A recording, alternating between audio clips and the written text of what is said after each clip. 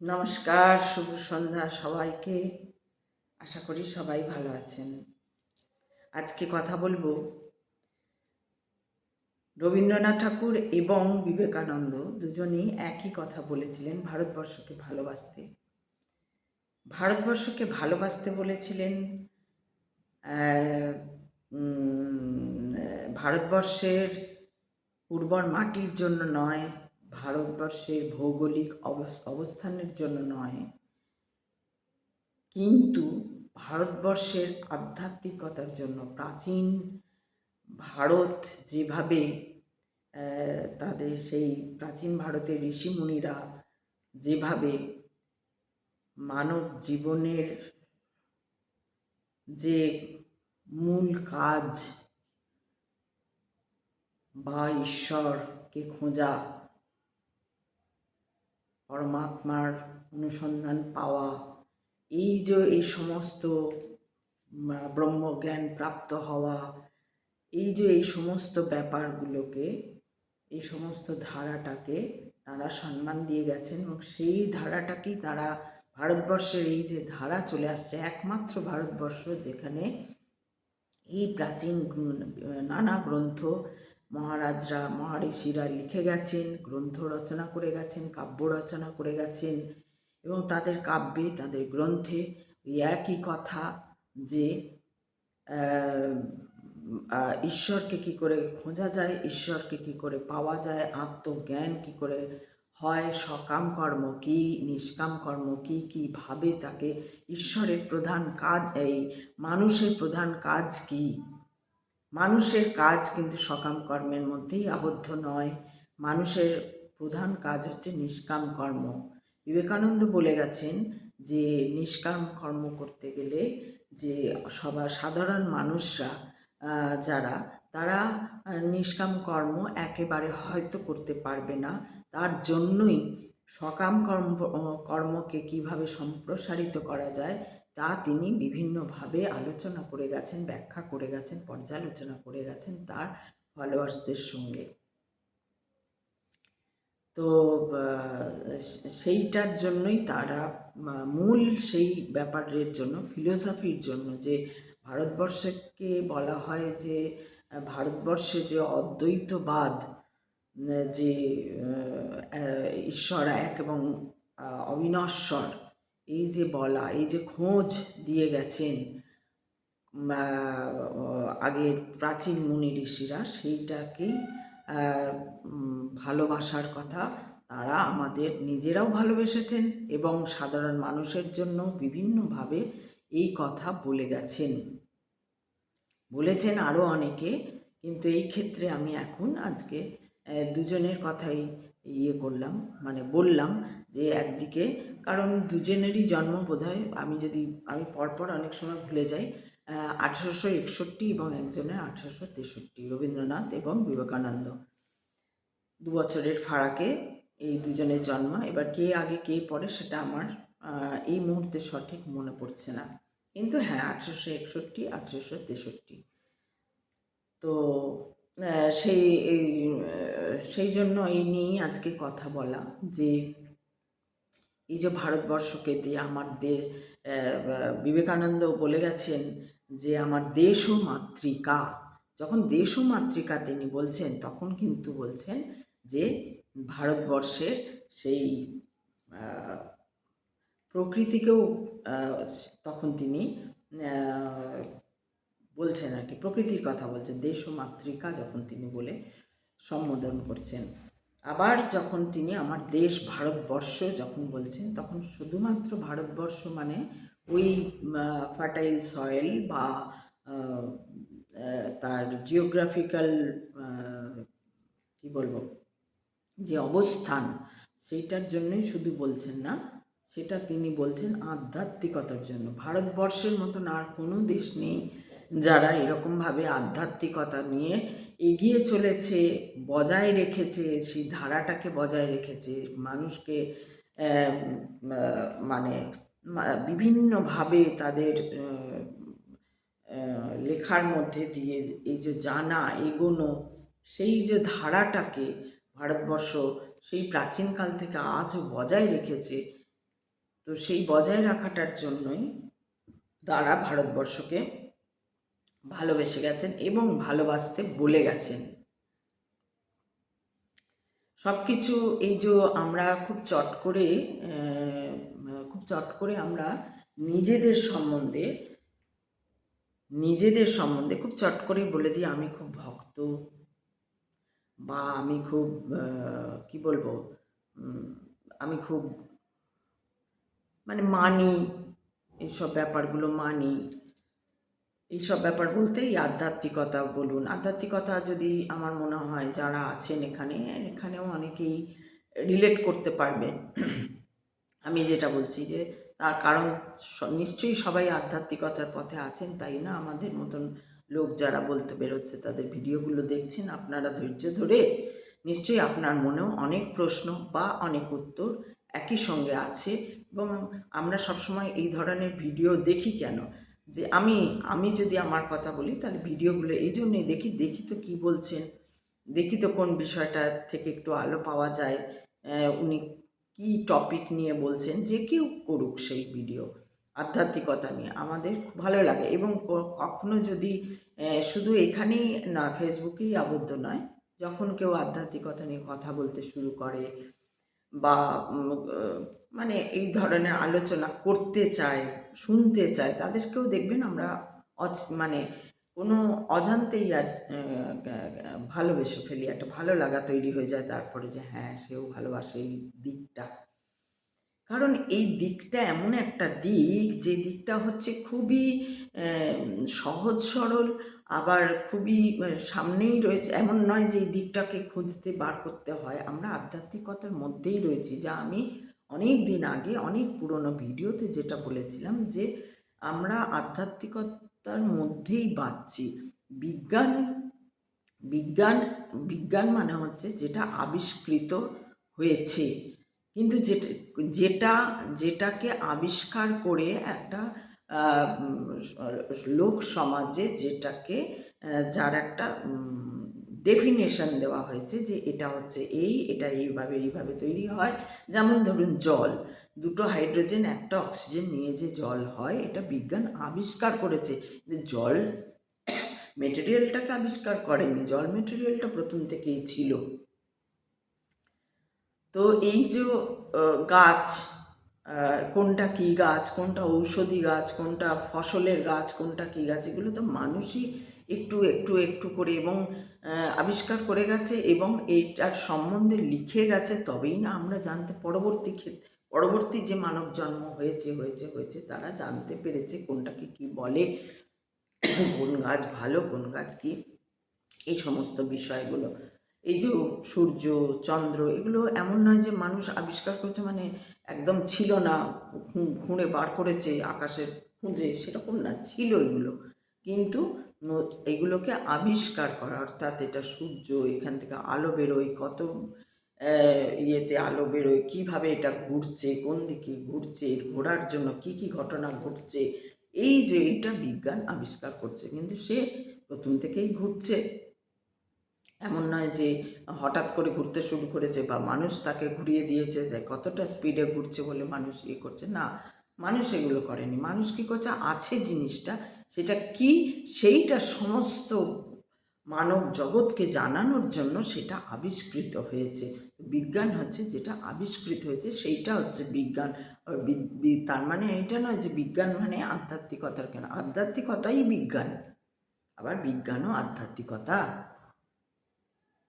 এই যে খোঁজ, বিজ্ঞান মানে কি, আমি এটা বলেছিলাম, একই কথা হয়ে যাচ্ছে যদিও, তো অনেক দিন আগে বলেছিলাম, আপনারা কেউ দেখেছেন বা শুনেছেন, শোনেননি।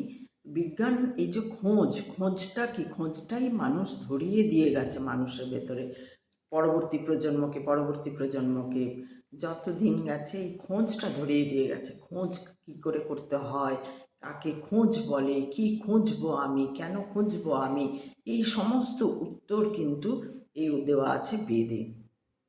এবার বেদ কি লিখেছে তা কিন্তু খুঁজে পাওয়া যায়নি। তো এরকম মানুষ আজও, এমন অনেক কিছু ঘটনা আছে যা মানুষ আজও কিন্তু তার কিনারা পায়নি, যে যেমন ব্রহ্মাণ্ড কত বড়, অ্যাকচুয়াল তার আয়তন বা কত, সেটা কিন্তু কোনো মানুষ এখনও সেইভাবে আবিষ্কৃত হয়নি যে ব্রহ্মাণ্ডটা এত বড়। যেমন পৃথিবীর একটা মাপ আছে, পৃথিবীর একটা আয়তন বলা হয়, সূর্যেরও একটা আয়তন মোটামুটি বলা হয়, কিন্তু ব্রহ্মাণ্ড কত বড় সেইটা কিন্তু কেউ দেখবেন কোথাও লেখা নেই যে এত বড়, যেটা পৃথিবীর মাপ, যেটা অমুকের মাপ তমুকের মাপ, কিন্তু ব্রহ্মাণ্ডের কোনো নেই। ব্রহ্মাণ্ডকেও ওইভাবে তার আয়তন খুঁজে পাওয়া যায় না, বা এরকম যেটা উপনিষদে লেখা আছে।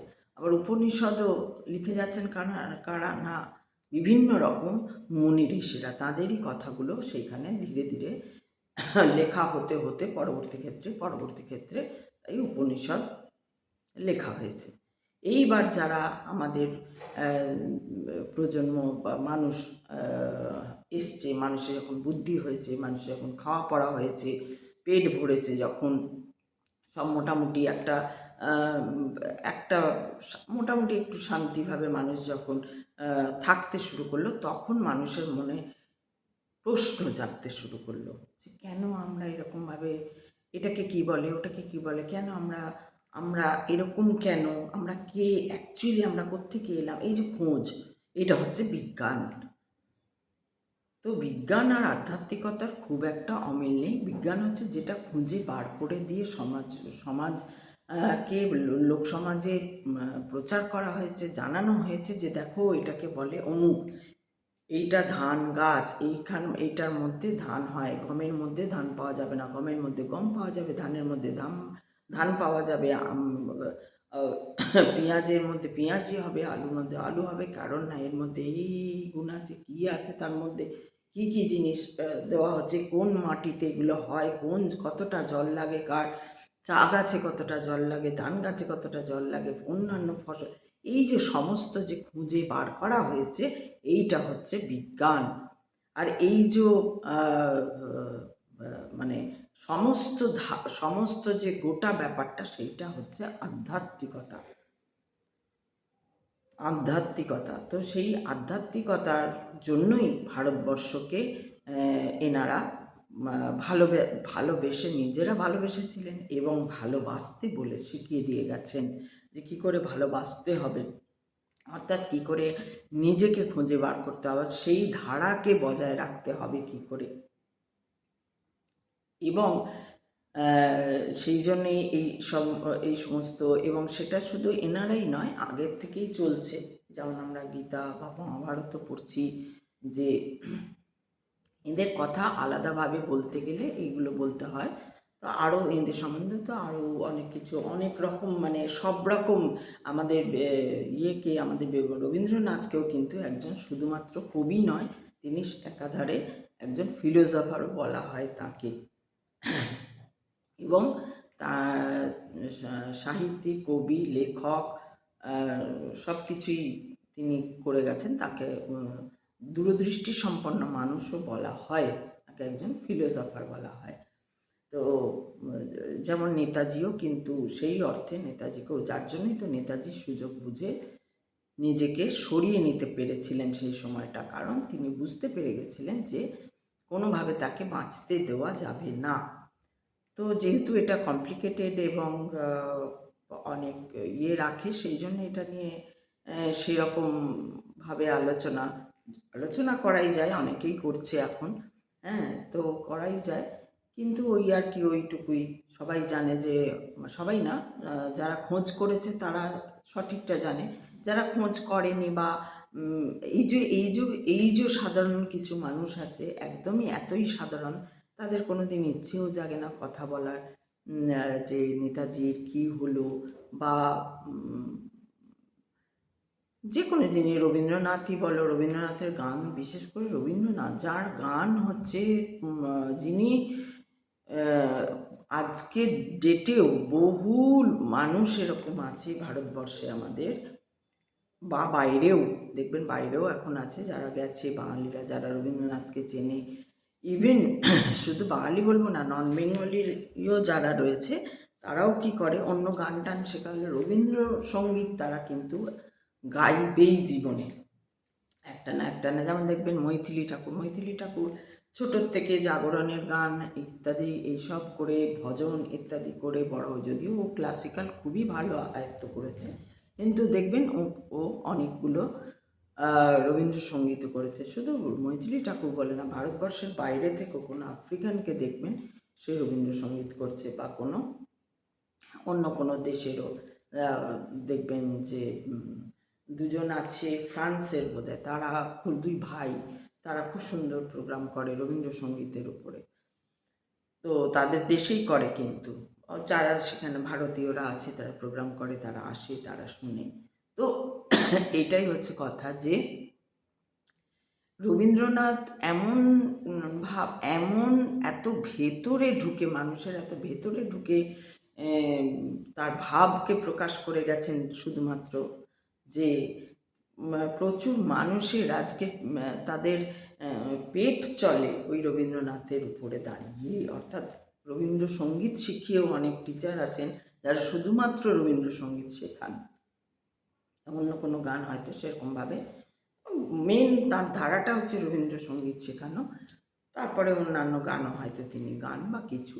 আর আপনারা এ তো আগেও জানেন, আমাদের সুচিত্রা মিত্র ছিল বা হেমন্ত মুখোপাধ্যায় ছিলেন, এনারা তো গেয়েওছেন, ক্লাসও করেছেন। তো রবীন্দ্রনাথকে তারা এইভাবে নিয়ে গেছেন। কিন্তু বর্তমানে আমরা যেগুলো দেখি, আমরা বড় হওয়ার পর থেকে যেরকমভাবে রবীন্দ্রসঙ্গীত, বড় বলবো না, আর একটু হওয়ার পরে রবীন্দ্রসঙ্গীত যেগুলো দেখি বা গান অনেকেই, কিন্তু সেই ভাব জাগাতে পারেন না, সে মানেও আদৌ তিনি বুঝেছেন কি না। যারা বুঝেছেন তারা কিন্তু একদম পরমাত্মার সঙ্গে অদ্ভুত তাদের একটা আগ্রহ জেগেছে, খুঁজতে শুরু করেছেন, খুঁজছেন হয়তো, বা এরম চলছে তাদের পথ, এই দিকেই তারা সেই পথে তারা পা দিয়ে ফেলেছেন যারা বুঝেছেন। কিন্তু অনেকেই আমরা দেখি তারা ঠিকঠাক অত বুঝতে টুঝতে পারেনি, এমনি গাইছে, গাইতে হয় গাইছে, বা শেখাতে হয় শেখাচ্ছে। কিন্তু আমার মতে যেটা আমাদের ভারতবর্ষের ধারা, যে আধ্যাত্মিকতা, সেই আধ্যাত্মিকতাকে বজায় রাখতে গেলে আমাদের প্রত্যেকেরই কিছু না কিছু, কারণ এটা তো আমাদের একটা কি বলবো, আমাদের একটা সোল, মানে কি বলবো, একটা একটা ঐতিহ্য বললেও এটা ছোট করে বলা হয়, আমাদের পরিচয় বলা যেতে পারে, যে যাতে আমাদের পরিচয়, যে এর জন্য যে কারণ আমাদের পরিচয় দেয়, সেই কারণটাকেই যদি আমরা না জানি, না দেখি, না তাকে নিয়ে আলোচনা করি, পর্যালোচনা করি, শুধুমাত্র কোনো একটি কেন্দ্রে বা কোনো একটি কেন্দ্র বলতে আমি এখানে কোনো দল, কোনো গোষ্ঠী, কোনো ব্যক্তির উপরে যদি শুধু আমরা নিজেরা মনোনিবেশ করে থাকি, সেটাকে বায়াসনেস বলে। আর যখন আমরা বায়াস হয়ে যাব সেই দলটির উপর, বা আপনারা দেখছেনই আজকে ভারতবর্ষের কত দল রয়েছে, অমুক দল, তো আমি সব দলের নামও জানি না, মেনগুলো জানি, বাকি অনেক দলের নামও জানি না, কারণ আমার জানবার দরকারও নেই। কারণ আমার কাছে মনে হয় যে কোনো একটি দলকে যদি আমি বিশ্বাস করে চলি, তার মানে আমি সেই দলটির প্রতি বায়াস, বা যদি আমি ওখানে নাম লিখিয়ে নিলাম যে আমি অমুক দলকে হয়তো হয়তো কোনো একটা দলের কোনো কথা খুব ভালো লাগছে বা কাজ ভালো লাগছে, হয়তো আমি বলছি ভালো, সেরকম যেমন ধরুন আমি মোদি নিয়ে অনেক কথা বলি, মাঝে মাঝে আমার ভিডিওতে মোদিজিকে তুলে আনি, কারণ আমার মোদিজির কাজ খুব ভালো লাগে, এবং আমি আমার আমার যতটুকু আমার ধরতে পারার ব্যাপার আছে ততটুকুতে আমি বুঝতে পারি যে মোদিজি একজন খুব সাধারণ একজন ব্যক্তি তা নন, তিনি আধ্যাত্মিকতার সঙ্গে ভীষণভাবে আত্মিকভাবে জড়িয়ে রয়েছেন। এটা আমার ভেতর থেকে মনে হয়, তাকে দেখে, তার বিভিন্ন ইন্টারভিউ দেখে, তার বিভিন্ন রকম কথাবার্তা, ইন্টারভিউতে কী হয়, একটা একটা মঞ্চে ভাষণ দিচ্ছেন আর একটা ইন্টারভিউ করছেন, ইন্টারভিউ বা পডকাস্ট যেগুলোকে বলে আর কি, আজকাল আজকাল পডকাস্ট বলে, অ্যাকচুয়ালি ওগুলো ইন্টারভিউয়ের মতনই হয়, কিছু প্রশ্ন করা হয়, উত্তর দেওয়া হয়।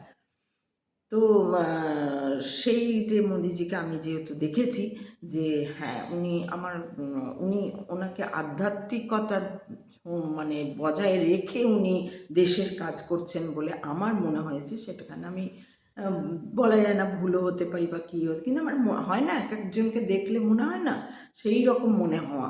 তো সেটা যেহেতু মনে হয়েছে, আমি প্রায়ই দেখবেন ওই জন্য ওনার কথা, কোথায় ছিল ভারতবর্ষ, সবাই একটা মানে কি বলবো, তুচ্ছ-তাচ্ছিল্য করতো আগে, বিদেশে যারা থাকতো তারাই এসে বলতো বা ইয়ে করতো যে ভারতবর্ষকে কেউ ভারতবাসী বললেই সহ্য করতে পারে না। আপনার বেশ কিছুদিন আগেও ঘটনা বেশ কিছু মানে বেশ কিছু বছর আগেও ঘটনা ঘটেছে যে ভারতবর্ষ থেকে কোনো কোনো এয়ারপোর্টে তাদেরকে হ্যারাস করা হয়েছে। কিন্তু দেখুন আজকে সেই আসার, মোদিজি আসার বেশ কিছুদিন পরে, একদম আসার সঙ্গে সঙ্গে তো হয়ে যায় না সব কিছু, কাজটা তো তাকে করতে হবে। অন্তত 5 বছর পর থেকে দেখুন সেই সমস্তগুলো বন্ধ হয়েছে। এবার একার দ্বারা তো সম্ভব না। ওই যে আমি বললাম, একটা বিবেকানন্দ এখন কিছু হবে না, এখন অনেকে 100টা বিবেকানন্দও হবে কিনা সন্দেহ, যা অবস্থা। কারণ বেসিক জিনিস অনেকেই জানেন না। ওই যে বললাম পুজো, আচ্ছা, ধ্যান, অমুক, তো এগুলো শুনতে শুনতে শুনতে শুনতে কেউ প্র্যাকটিস করছে, কেউ দেখছে, করছে, কোথাও কোথাও কিছু তুক কী বলে না, তুক করলাম তখন কি একটা কথা আছে যে ওই ভেলকির খেলা আর কি, লাগলো তো লেগেও গেলো, আর না লাগলো তো লাগলো না। তো যাদের যাদের লাগলো না তারা বললো দূর এইসব ফালতু, আবার যাদের লেগে গেল তারা ওইটাকে বিশ্বাস করে চলতে থাকলো। তো এই হচ্ছে ব্যাপার।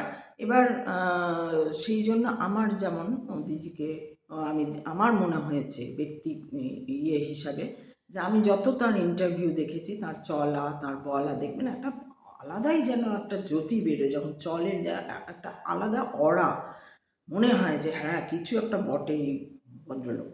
এরকম প্রধানমন্ত্রী তো প্রধানমন্ত্রী, এটা বলার একটা গর্ব হয় বলতে যে হ্যাঁ প্রধানমন্ত্রী তিনি। তো সেই যে জিনিসটা এবং তার যে কথাবার্তা, তার যে ইন্টারভিউগুলোতে বা পডকাস্ট যাই বলুন, যখন এনডিটিভি বা ওই যে আদালত বা অমুক আরও বিভিন্ন প্রোগ্রামের মধ্যে দিয়ে যখন তার নিজস্ব কথা, যে যদি আপনার এই হয় তাহলে কি, বা অনেক রকম প্রশ্ন করা হয় যেগুলো, সেগুলোর একদম যথাযথ কাট তিনি উত্তর দেন। এবং এত সুন্দর লাগে তার এই উত্তর দেওয়াগুলো, যে আমাকে আমাকে মনে রাখতে হবে না, আমি ভারতবর্ষকে যদি মানে আমি ভারতবর্ষেরই সেবা করতে এসেছি, ভারত দেশের সেবা করতে এসেছি, দেশের সেবাতেই আমি মন দেবো, দেশেরই সেবা করে যাব, এই যে কথাবার্তাগুলো, সেগুলো শুধুই যে মুখে বলেন তা না, আমরা অনেক কাজে তার দেখছি। কিন্তু তা বলে কি আমি ওই যে দলটা, বিজেপি দলটা, সেই দলটা কোনো দলের মতো থাকে, দলটা ওই অন্য যা দল ওই দল, ওই একই দল, তা কোনো এদিক ওদিক নাই তার।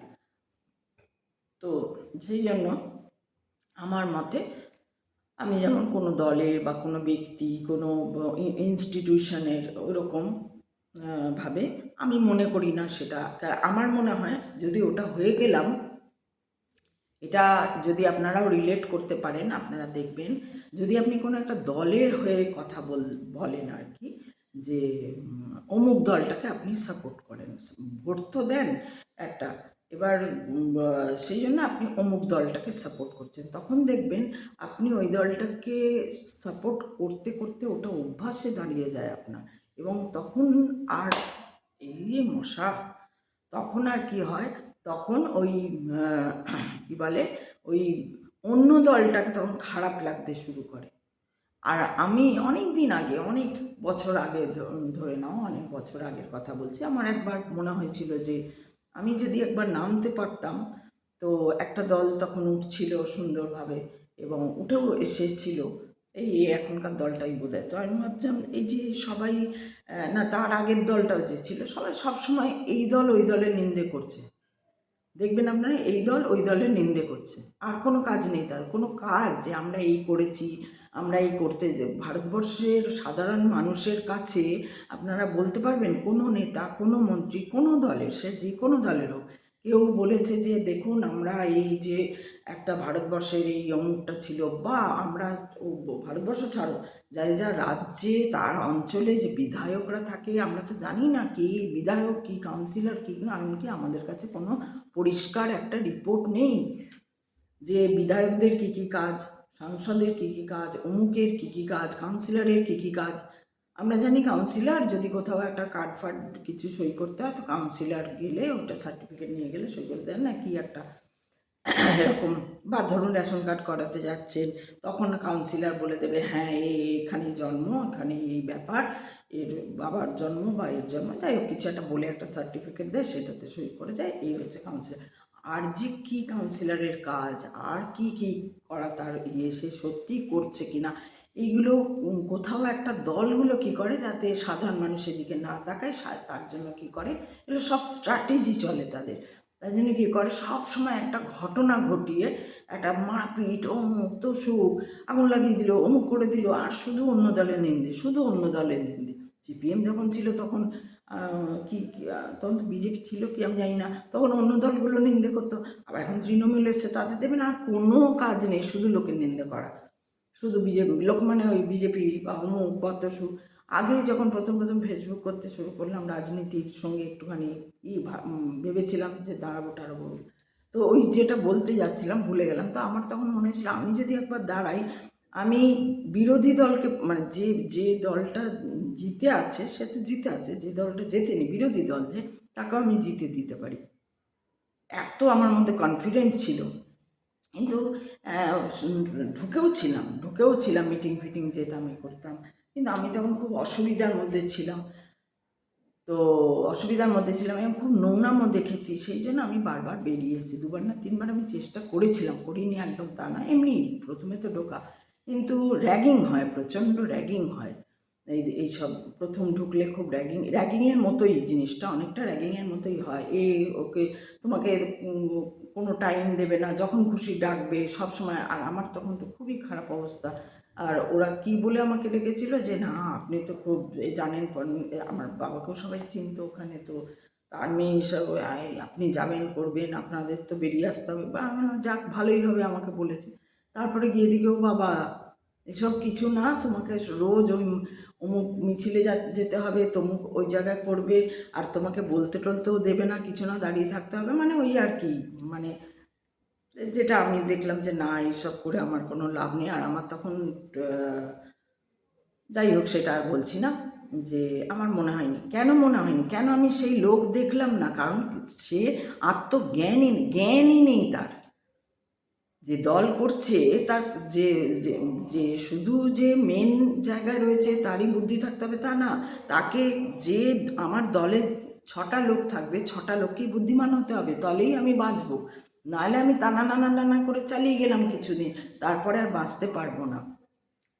মানে বাঁচতে মানে প্রাণে বাঁচতে বলছি না, ওটা মেটাফরিক্যালি বলছি, আমি করতে পারবো না, আমি লোকে মানুষের ভালোবাসা পাবো না। এই যে বলে না নেতা মন্ত্রীরা মানুষের জন্য কাজ মানুষের জন্য কাজ বিবেকানন্দ করে গেছেন, মানুষের জন্য কাজ রবীন্দ্রনাথ করে গেছেন, মানুষের জন্য কাজ নেতাজি করে গেছেন। নেতাজি তো করতে চেয়েছিলেন, কিন্তু করতে চেয়েছিলেন বলেই তো তাকে বাদ দিয়ে দেওয়া গেল, না মানুষের জন্য কাজ করা চলবে, নিজের পকেট ভরো, নিজের ধান্দা করো, নিজের ধান্দা যদি করতে পারো তাহলে আসো দলে, আর যদি তা না করতে নিজের, এবং সেই নিজে করার জন্য এবার তার উপরে যার যার হবে সেই। তো এই যে একটা রাজনীতি, যেটা একটা সাংঘাতিক ভালো একটা স্তম্ভ, একটা আমাদের ভারতবর্ষের বলতে পারা যায় একটা স্তম্ভ, জগতের একটা স্তম্ভ বলা যায়, স্তম্ভের মতন আর কি, স্তম্ভ ঠিক না কিন্তু স্তম্ভের মতন রাজনীতিটা, যেটাই ধরে রেখেছে দেশকে। কিন্তু সেই রাজনীতিতে যদি সঠিক জ্ঞান না থাকে, আত্মজ্ঞান কারো না থাকে, আধ্যাত্মিক বোধ না থাকে, আধ্যাত্মিকতা কী দেয়, চেতন জাগায়, চেতনাকে জাগিয়ে রেখে কাজটা করায়। ভুলভাল তুমি কিছু বলে দিতে পারবে না, আমি মন্ত্রী হয়েছি, আমি যা খুশি ভুলভাল বলে দিলাম, এখন আমি এখানে যা খুশি হয়তো কারোর নামে নিন্দে করে দিচ্ছি বা কিছু বলে দিলাম, কিন্তু যদি আমি মন্ত্রী হই তাহলে দেখা যাবে না এইটা আমাকে বলা চলবে না, এই যে বুদ্ধিটা কাজে লাগাতে হবে। কিন্তু আজকাল দেখা যাচ্ছে সেই রকম বুদ্ধি খুব একটা নেই। আর হচ্ছে যে সব সময় আমি ওটাই বলতে গেলাম, বারবার বলতে যাচ্ছি আর অন্য কথায় চলে যাচ্ছি, যে আমি যদি কোনো দলে থাকতাম তাহলে আমি নিজেদের দিকে তাকাতাম বেশি, এবং তাতেই লোকে আমাকে ভোট দিত। আমি মানুষকে এটা বুঝিয়ে দিতাম আগে নিজের দিকে দেখতে হবে, ও খারাপ বলে ওই যে আবার বঙ্কিমচন্দ্রের কথা চলে আসে, তুমি অধম তাই বলি আমি উত্তম হইব না কেন, আমি যে উত্তম সেটা প্রুভ করতে হবে মানুষের কাছে, মানুষ প্রুভ চায়, মানুষ দেখতে চায় কি করলে তুমি, তাহলে আমাকে কাজ করতে দিতে হবে। আমি কাজ করব, এই জন্য আমি বলেছিলাম আমি বিরোধী দলকে পর্যন্ত সামনে ফ্রন্টে এনে দিতে পারি, কারণ আমি অন্যদের নিন্দে করব না। অন্যরা কে কী করছে না করছে সবই তো লোকে জানে, সব সাধারণ মানুষ করে না, দেখে না, নিজেদের সরিয়ে রাখে, সেটা আলাদা কথা। কিন্তু তারা জানে, তারা এমন না কিছু জানবেই, তারা জানতে বাধ্য, যেহেতু মানুষ হয়ে এসছে তারা জানতে বাধ্য। তো তাদেরকে, আর যারা যারা যারা একদমই ইন্টারেস্ট নেই তাদেরকে জাগিয়ে তোলার, সেই একটা তাদেরকে প্রথমে জাগিয়ে তুলতে হবে। এই যে আজকে কি বলে, ওই তাজ অ্যাটাক যখন হয়েছিল, আপনারা জানি না সেনাদের কোনো কথা বা ইন্টারভিউ দেখেন কি না, তারা যেখানে ছিলেন, যারা ছিলেন প্রত্যক্ষভাবে, মানে যারা যুদ্ধ লড়াই করেছেন সেনা, সেটা বিভিন্ন গ্রুপের সেনা হতে পারে, এনএসজি হতে পারে বা হতে পারে, তাদের কথা যদি শোনেন, এনএসজি তো গিয়েছিল বাঁচাতে, তো তাদের কথা যদি শোনেন তখন দেখবেন যে কি হয়েছিল, আসল ঘটনা কী বলছে। তারাও কিন্তু ওই রাজনীতিকেই টেনে আনছে, যে তখন আমাদের হাত পা বাঁধা ছিল।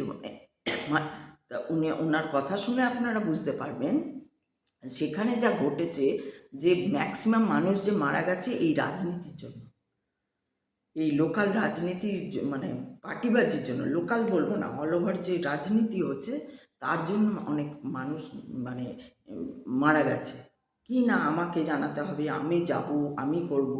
এনএসজি কমান্ডো যিনি, যার কথা শুনছিলাম, তিনি বলছেন উনি করে কি করবেন, কাজ তো আমাদের করতে হবে, উদ্ধার তো আমাদের করতে হবে, টেররিস্টকে তো আমাদের মানতে হবে, তাই আমাদের উপর, যেটা এখন পরে মোদি বুঝতে পেরেছিলেন, এবং মোদি যেটা এসে করেছেন, যে সমস্ত সেনাদের হাত খুলে দিয়েছেন, যেটা তখন খোলা ছিল না বলে অনেক লোক এই রাজনীতির কবলে পড়ে, অনেক লোকের এমনি প্রাণ গেছে। কারণ অনেক ব্যাপার, সেটা এখানে বলা যাবে না, আপনারা চাইলে দেখতে পারেন সেই সমস্ত ভিডিও তুলে এনে, তখন যারা ছিল তাদের নাম করে ভিডিও খোঁজ করলেই পাওয়া যাবে ইউটিউবে। তখন আপনারা বুঝতে পারবেন যে কতখানি কতখানি কি বলবো, কতখানি ভুল বা কতখানি কেয়ারলেসনেস থাকে এই রাজনীতিবিদদের কেয়ারলেসনেসের জন্য অত মানুষ প্রাণ হারিয়েছে, এবং তাদের ধরতে দেরি হয়েছে বা হোয়াট এভার ঘটনা ঘটেছে। এরকম ঘটনা তারপরে এখনও ঘটে যাচ্ছে। এরা হচ্ছে শুধু নিজের পকেট ভরা ছাড়া এদের আর কোনো কাজ নেই। ও মানছে না, ওকে মেরে দাও, ও তো সে মানছে না, ওকে মেরে দাও, সে বলছে না, ওকে মেরে দাও। কিভাবে একটা মানুষের ভালো করব, এই চিন্তা আছে তাদের, যারা আধ্যাত্মিকতায় মধ্যে রয়েছেন, থাকছেন, বলছেন, যা কিছু করছেন, তারা আধ্যাত্মিকতাকে বুঝেছেন বা বোঝার চেষ্টা করছেন, তারাই একমাত্র মানুষের ভালো করে। এই যে এত সাধু যারা বলছেন আর কি, প্রেমানন্দ বলুন, ঈশাত্মানন্দ বলুন, ঋষি বলুন, স্বরূপানন্দ বলুন, সমর্পণানন্দ বলুন, যার কথাই বলুন, এরা বলছেন কেন বলছেন না, সাধারণ মানুষকে জাগিয়ে তোলার কাজ তো দিয়ে গেছে সেই বিবেকানন্দ, সেই কাজ তো দিয়ে গেছে বিবেকানন্দ আমাদের প্রত্যেক মানুষের কাছে বলে যাওয়া মানে কি, এই যে বলে যাওয়া মানে কি, তোমাদেরও কাজ, তোমরাও করো, তোমরাও বেসিকটা বোঝো, বেসিক নলেজ যেটাকে বলে। এই যে ভারতবর্ষে আমি দেখি যে ওই কালকে কালকে না, যাই হোক, সেনার কথা শুনেই আমার মনে হলো, আমি রিসেন্ট দেখেছি বলে এই কথাটা উঠে এলো, তো ওনার কথা দেখেও মনে হলো যে এই যে সাধারণ মানুষকে, আমাদের সাধারণ মানে একদম যারা কি বলবো, হয়তো লেখাপড়াও শেখেনি বা সামান্য শিখেছে, বা লেখাপড়া শেখার সঙ্গে কিন্তু নলেজ বা জ্ঞানের কোনো নেই। আমি অনেক এরকম কথা বলে এসেছি ভিডিওতে, অনেক শিক্ষিত টিচারদের কথা বলে এসেছি, খুব অহংকার, আমি অমুক স্কুলের টিচার, আমি ডিপিএসের টিচার, আমি সিপিএসের টিচার, আমি তাই টিচার, আমি তার ডিগ্রি আছে, ঘন্টা কিছুই নাই তার, তাকে কেউ চেনেও না, তাকে কেউ জানেও না, সে কোনো মূল বক্তব্য বলে যায়নি, সে জীবনের ধারাও বুঝিয়ে দিয়ে যাচ্ছে না, সে কিছুই করছে না, তাকে উপর থেকে আসছে, স্টুডেন্ট মারবে না, সে মারছে না, সে স্টুডেন্টকে পাস করাও, সে পাস করিয়ে দিচ্ছে, সে তো গোলাম হয়ে রয়েছে, চাকর হয়ে রয়েছে কারুর। তো এইভাবে সে ভাবছে সে খুব ভালো কাজ করছে, বিশাল কাজ করছে, স্টুডেন্টদের পড়াচ্ছে, অত সোজা নয়। তো যাই হোক, মানুষ তৈরি করে, যেটা আগে হতো, যেটা কিন্তু আগে হতো, পাঠশালা যে ছিল, টোল ছিল, এখান থেকে অনেক মানুষ প্রত্যেকে যাতে ঠিকঠাক পড়ে সেই কেয়ারিংটা নেওয়া হতো, যেটা এখন নেওয়া হয় না। সেটা সময়, এই যে আমি বলি যে সময়ের জন্য, অমুকের জন্য, দেখবেন অনেকেই এই কথাটা, কিছু একটা ইয়ে হল, আজকাল আর এসব চলে না, আজকাল চলে না। কেন চলে না এই প্রশ্নটা সে করছে না, কে করছে না? যেমন অনেকেই আগে ফেসবুকে বলতো, আগে বেশ সুন্দর ভাবছিল, এই ওর বাড়িতে যাওয়া, তরকারি দেওয়া, এটা কারা বন্ধ করলো? যে বলছে তারাই বন্ধ করেছে।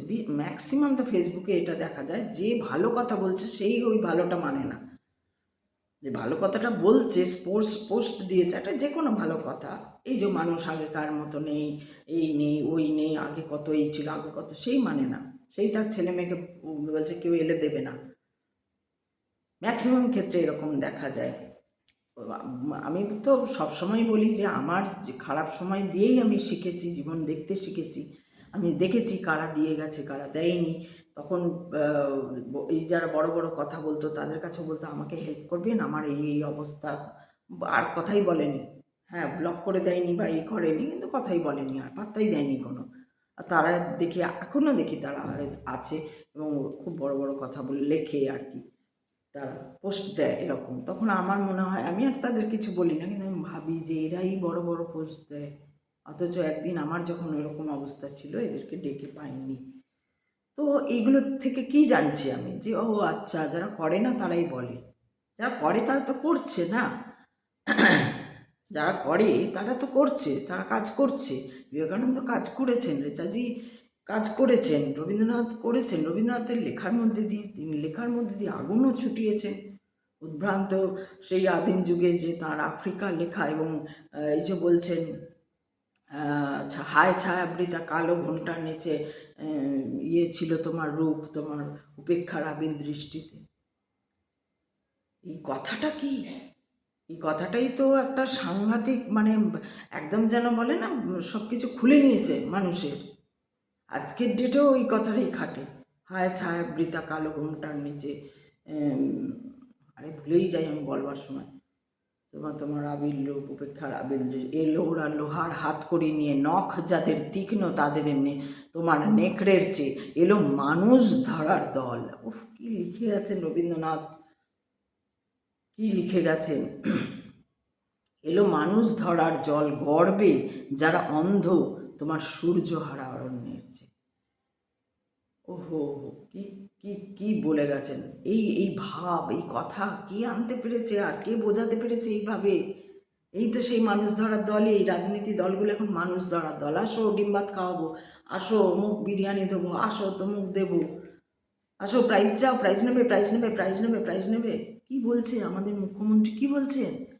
যার দরকার বলে দেবে প্রাইজ, পুরস্কার। আগে ছোটবেলায় কোথাও কবিতা বলে বা কোথাও খেলে যখন প্রাইজ নিয়েছি, সান্ত্বনা পুরস্কার পেলেও একটা গর্ব, যে আমি আছি ওই 4-5 জনের মধ্যে।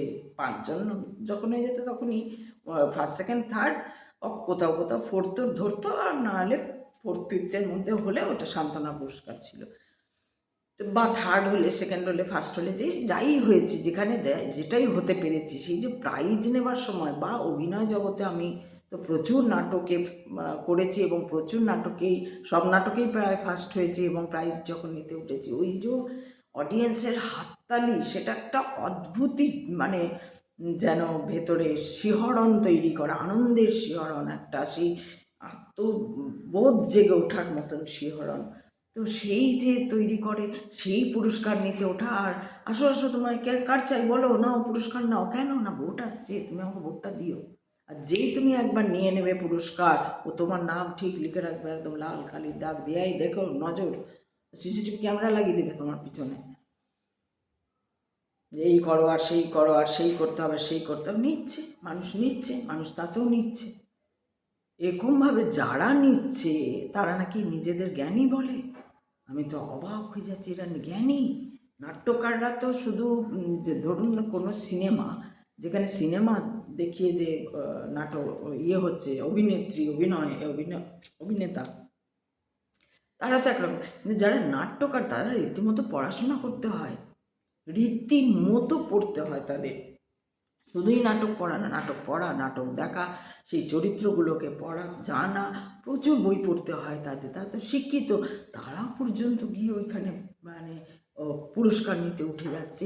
এই লজ্জা, এই লজ্জা আমাদের, মানুষের লজ্জা, মানুষ জাতির লজ্জা, যে একদল মানে অবোধ, যাদের আধ্যাত্মিকতার আতো ছাড়ো, তারা ওই ধারপাস দিয়ে যায় না, ধারপাস দিয়ে যায় না, তাদের সঙ্গে আমি হাত মিলিয়ে তাদের কাছ থেকে, আমি একজন শিক্ষিত, আমি এত বই পড়েছি, আমি লেনিন পড়েছি, আমি স্টালিন পড়েছি, আমি অমুক পড়ে মার্কসকে পড়েছি, আমি সোভিয়েত রাশিয়ার তমুক যুদ্ধকে জেনে নিয়েছি, আমি চীনের সেই যুদ্ধকে জেনে নিয়েছি, আমি অমুকের সঙ্গে তমুকের যুদ্ধের সাক্ষী থেকেছি বা থেকেছি বা পড়েছি, জেনেছি। সে গিয়ে আমি এখন কার কাছ থেকে পুরস্কার নিয়েছি, হাততালি নিয়েছি, কার কাছ থেকে? না, কিচ্ছু জানে না যে, তার কাছ থেকে। এর থেকে লজ্জা আর কি? মানে মানুষ কোথায় নামতে পারে, মানুষ কোথায় নেমে গেছে, বিশেষ করে পশ্চিমবঙ্গের মানুষ, সব মানুষই এখন যা চলছে, সব মানুষই নেমে গেছে পশ্চিমবঙ্গে বেশি করে। আর এটা স্বাভাবিক, পশ্চিমবঙ্গে হবেই, কারণ কি উত্থান ছিল, এবার পতন হচ্ছে, আরও পতন হবে, আরও পতন হবে, একদম মানুষ মানে হয়ে গেছে। আর কি হবে আমি জানি না, কথাটা বলতে বলতেই খেয়াল পড়ছে আর কি, যে আর কি হবে, হয়ে গেছে, এতটা নির্লজ্জ। এই যে আইএএস আইপিএসগুলো যে পিছনে দাঁড়িয়ে থাকে, আইএএস পড়েছে ভাই, একটা ইউপিএসসি ক্র্যাক করা সাংঘাতিক, মানে চারটিখানি ব্যাপার, একবারে হয় না, দুবার তিনবার চারবার পাঁচবারে ক্র্যাক করে তারপরে গিয়ে আইপিএস হওয়া, এই হওয়া, সে পিছনে ও ভুল ভাল বলে যাচ্ছে, ওর পিছনে দাঁড়িয়ে মাথা নাড়ছে। মানে আমি ভাবতে গিয়ে না, মানে ওখানেও আমার স্থবির হয়ে যায়, মানে সমাধি চলে আসে, কি এটা কি, মানে খারাপের দিক থেকেও এতটা খারাপ হচ্ছে যে ওটা তো সমাধির মতন নয়, মানে স্থবির স্থবির পুরো একদম হয়ে যায়, যে কী ঘটছে এগুলো, কী ঘটছে, কী ঘটছে এগুলো, মানুষ কত নিচে নেমে গেছে। তো সেই জন্যেই এই যে এবার আবার সেই বিবেকানন্দ আর রবীন্দ্রনাথে ফিরে আসা, তারা ভালোবেসে গেছেন। কেন? তারা শুধু ভালোবেসে যাননি, তারা ভালোবাসতে বলে গেছেন, তারা সেই আধ্যাত্মিকতাকে বজায় রাখার নিয়ম দেখিয়ে দিয়ে গেছেন, তাদের রীতি দেখিয়ে দিয়ে গেছেন, তার কথা বলে গেছেন। আর সেইগুলোই যদি আমরা মেনে চলি, তাহলে আমরাও সেই ধারাকেই বজায় রাখব। এবং মানুষ হিসাবে, ভারতবর্ষ দেশ হিসাবেও যদি বলি, যে আমারও সেই একটা সচেতন নাগরিক হিসাবে আমারও নৈতিক কর্তব্য হয়ে দাঁড়ায় যে হ্যাঁ, সেই ধারাকে বজায় রাখা, অর্থাৎ সুপথে চলা, মনকে সুপথে নিয়ে চলা, ইন্দ্রিয়ের বলগা ধরা, সেই যে কাজগুলো আমাদের নিশ্চয়ই করে যেতে হবে এবং পরমাত্মার খোঁজে সবসময় থাকতে হবে।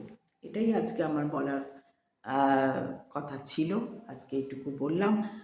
কার ভালো লাগলো ভালো লাগলো না সে ভেবে আমি বলিনি। যদি কারোর ভালো লাগে বা কোনো কিছু বলার থাকে, আপনারা বলতে পারেন আমার কমেন্টে এসে। আর যিনি সবসময় আমার থরলি আমার ভিডিও দেখছেন, তার প্রতি আমার অশেষ কৃতজ্ঞতা। যারা দেখছেন, হ্যাঁ, আমার অনেকেই বলে দেখি তোমাকে, কিন্তু লাইক দিই না একটাও, সেটা বলেন না। আমি বলবো দয়া করে একটা লাইক, খুব জানি আপনার খুব কষ্ট হবে একটা লাইক দিতে, একটা লাইক পারলে অন্তত দেবেন। ওটা ওই যে সান্ত্বনা পুরস্কার পেলেও যেমন, বা অনেক সময় দেখবেন যে পুরস্কারই পেলেও তা নয়, হয়তো নামটা যে ও খুব ভালো করেছে, কিন্তু অমুক কারণে একটু টাইমিং বেশি বা তমুক কারণে নেওয়া নেই, যে নামটা স্টেজে হতো তখন একটা ভেতরে আনন্দ হতো। তো সেই রকম একটা লাইক দিলে ওই আনন্দটা অন্তত পাওয়া যায়। একটা অন্তত খুব কষ্ট হবে জানি, আঙুলটা ধরে ওখানে লাইক দিতে ব্যথা ট্যাথা করবে, কনকন করবে, ঝনঝন করবে, কিন্তু পারলে দেখছেন, পরে যখন বলেন না দেখছি, বা বলো তোমরা দেখছি, বা বলিস তোমরা দেখছি, তখন খুব ভেতরে ওই জিনিসটা হয়, অদ্ভুত অদ্ভুত মানুষ, সত্যি সেলুকাস, সত্য সেলুকাস, কি বিচিত্র এই দেশ।